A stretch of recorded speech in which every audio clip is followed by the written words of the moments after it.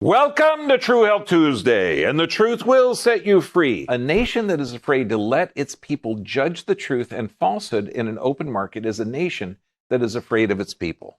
If you can't have a discussion where subject matter can be held in the furnace of debate, if it can't withstand that, and that some things are too scary for others, that actually is a control issue. It's not an information issue. If you see these assisted living centers, at 4 o'clock, after they fed them, then they drug them, then they wheel them in the hall, and you get lines of people in these things that aren't moving anymore.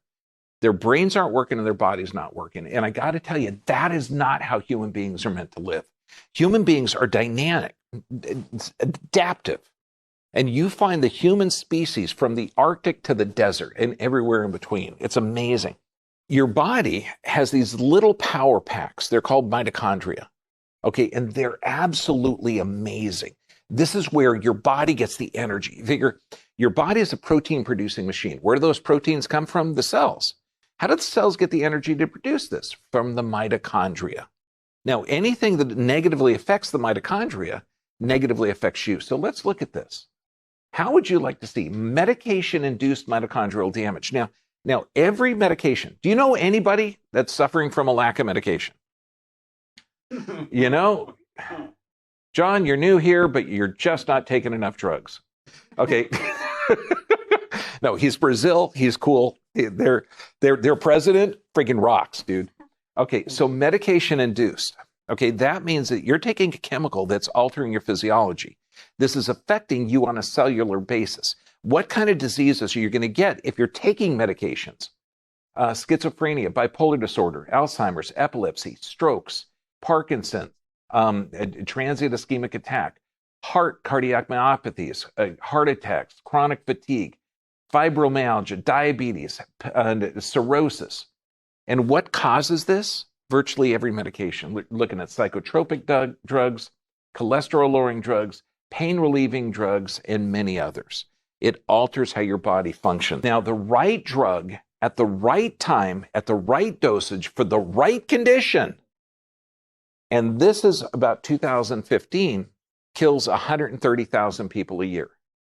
That's not an overdose. In fact, the right drug at the right time and the right doses is 5 times the amount of drug overdoses, okay, including heroin. This was a great one out of EPUB, 2014. Our prescription drugs are killing us. Prescription drugs are the 3rd leading cause of death in America. Cancer, heart disease, medical care. Okay, those are the top 3. Now it happens to be the prescriptions after heart disease and cancer. Now, half of those who die have taken their drugs correctly. Now you're talking, think of that. Have you heard of Vioxx? Okay, it killed more people in the Vietnam War. Supposed to be a pain reliever. Have you heard that? Did anyone go to jail for that? No. Were the studies supportive of the claims? No. And when you're looking at like fentanyl, if you're looking at the opioids, these were presented as non-addictive. Okay, so when we talk about impotent drug regulations, that's huge. So how do we get older and stronger? How do we maintain vitality? What's the number one leading indicator of your body decline or your body health? Muscle mass. Now, why would muscle mass be a predictor? Well, for one, if you're not using your body, is your heart getting worked? Probably not. Okay? If you can't build strong muscles, guess what that means? That means that you're in a stress state, you're producing less stomach acid, so your body literally doesn't have the amino acids from the protein. So that means your digestion is trashed. So when you look at muscle mass, this means your body is literally able to build healthy cells. And if you move this, you're going to get a healthy brain. So it makes so much sense. But listen to this article. Obesity, as defined by the body mass index, has not been associated with consistently higher mortality in older adults. However, total body mass includes fat and muscle, which have different metabolic effects. This study was designed to test the hypothesis that greater muscle mass in older adults is associated with lower all-cause mortality. Why would it be all-cause? Well, look, you're building muscle. That means you're working. That means you're probably getting your brain function. You're getting enough nutrients to your body can assimilate those nutrients. It makes sense. This study demonstrates the survival predication ability of relative muscle mass and highlights the need to look beyond total body mass in assessing the health of older adults. I know, it's nuts. Now let's look at this. We have an automatic nervous system, because when we're talking about reversing disease and restoring youth, restoring health, this automatic nervous system, one part keeps you alive under stress. The other part regenerates tissue. Think of this. And again, we're talking about mitochondrial. This is the powerhouses of your body that produce the proteins and the genes that make your body alive. They're the ones that produce the skin cells. They're the energy that produces the blood cells that are brand new every 120 days. So this is how your body regenerates it. And those mitochondria are negatively affected by almost all medications. So if you have been diagnosed with high blood pressure, does anybody think that high blood pressure is from not enough medications? No, that's foolishness. So it's from stress. And there's only three. There's physical stress, chemical stress, and emotional stress. Anybody think inflammatory bowel disease is genetic or hereditary? Because that's what the medical doctors say. How about this? How about stress? If you're in a chronic stress state, you got decreased blood supply to the gut. Fibromyalgia? Okay, what's the official cause of that? Unknown. I'm not going to take my car to a mechanic that doesn't know what's wrong with it, let alone a human body. I don't know what's wrong with it, but here, take this. It might work. Okay, high cholesterol. What's the function of cholesterol? 50% of your weight in your brain is cholesterol. You need cholesterol for every hormone you produce. Breast cancer, knowing that it affected about 1 to 2% of the population 100 years ago, now we're getting about half our population with certain types of cancer. Do you think it's genetic? No, genes haven't changed in thousands of years, let alone 100. ADHD, that's a dysfunction of the frontal lobe. Menstrual cycles, do you think that we're exposed to endocrine disruptors that are like hormones? Multiple sclerosis, erectile dysfunction, low back and neck pain? I mean, think of the condition. If you've got neck pain, low back pain, does anybody think it's from not enough drugs? Or you got to get a shot back there? Not smart.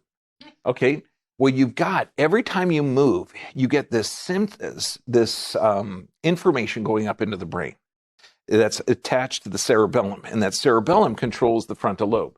So that's anxiety, stress, impulse control. Also, reversing hippocampal volume. So this means that the structures inside of the brain, if you're exercising and breathing, they get better. It turns out that this is actually good for you. But also increases oxygen to your brain, exercise, releases accumulated toxins, and increases the nutrients. Now, you're going to see a lot of people getting human growth hormone injections, okay, typically in Hollywood. Now, that's a synthetic thing that has a side effect of developing bad stuff like cancers. How would you like to tap into your own HGH, human growth hormone? I like doing that. Interval training. Now, what's fun is, we're going to go over this, but high intensity interval training, 771% increase. Now, what is human growth hormone that you produce, that you don't have to buy, that your body already produces because your body's built by God and this is friggin' quality? Muscle growth, fat burning, strength, longevity, anti-aging, healing, growth, repair. Is this how you restore that youth and reverse disease? Yes or yes? I mean, I've got patients in wheelchairs and they started just by deep breathing. Bouncing, trampolines, fantastic. The jumping jack, okay, was popularized by Jack LaLanne, but invented by General Pershing. Okay, we have 2 trampolines here.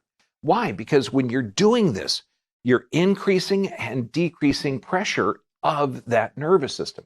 So just bouncing around will help you generate bone. It'll help you generate lymph. It's fantastic. And it's fun to do. You got to move. If you don't move a joint, and think of this, if you are sitting, staring at a computer for an hour, okay, you're not feeling the joints in your body. But if you have your arm bent like this for an hour, guess what's going to happen? God, I can't stand it. Okay, you want to straighten it, stretch it, move it. so that joint starts to become healthy. So you have to move your body. Get moving every hour if you have an office job. Drink plenty of water, stretch, move. Telomeres, biologic age and chronologic age. Okay, so how old are you? Okay, my brain, I think I'm like 35, 40 years old. Okay, my time on the planet's been about 62 years. Okay, so, but what's the difference? Okay, how can you tell your chronological age? Because you all know people in their 30s that look 50. You know people in their 60s and 70s that look 30. Okay, it's telomeres. Telomeres is the amount of replications of copies that you can get off of your proteins. Okay, and it's huge. So if your telomeres are long, you can get a lot of copies. You get a lot of copies, that means you can reproduce your cells healthy. Does that make sense? So short telomeres associated with decrease in bone mineral density, short telomeres, increased aging. Okay, now here's a case study that took a patient that had a traffic accident and they measured her telomeres. And what did they do? They did corrective chiropractic, 36 visits. She had bedwetting, bowel and bladder control. She had radiating pain. She had a bunch of problems after a very, very severe trauma. But what did they find? Patients' telomere length and heart rate variability showed improvement from a health risk to within normal limits. This increased telomere length and improved dysautonomy. Dysautonomy means the automatic nervous system, the nervous system that controls everything in your body that you don't need to think about. It's now working better. It's working correctly. It's more normal after a physical trauma. Is that wild? So changing after a trauma, you get the trauma corrected, and then your body can adapt and survive and thrive on the planet better. I'm talking slow because this is such basic common sense that is completely missing in our society. The medical doctors who are caring people, they love it, but they're taught an incorrect protocol of symptom drug, symptom chemical. They're not taught that you could reverse arthritis, you could regenerate the disc. They're not taught that. Okay, now here's a patient that came in. Gymnastics, years ago, 36 years old, okay? That's a reverse curve in the neck. They did a ganglion nerve block. Okay, so think of this. The doctor probably took an x-ray, said, wow, miss, you have a reverse curve in your neck.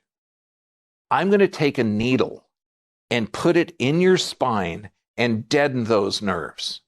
Now, this is common for chronic regional pain syndrome, CPRS. Okay, it's common for fibromyalgia.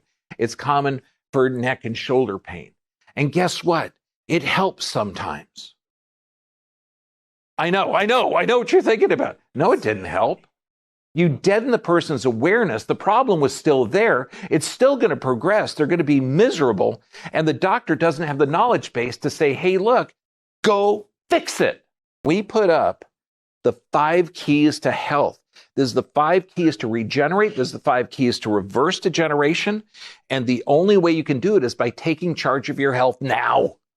Okay? You need correct nerve supply. You need regular exercise. Why?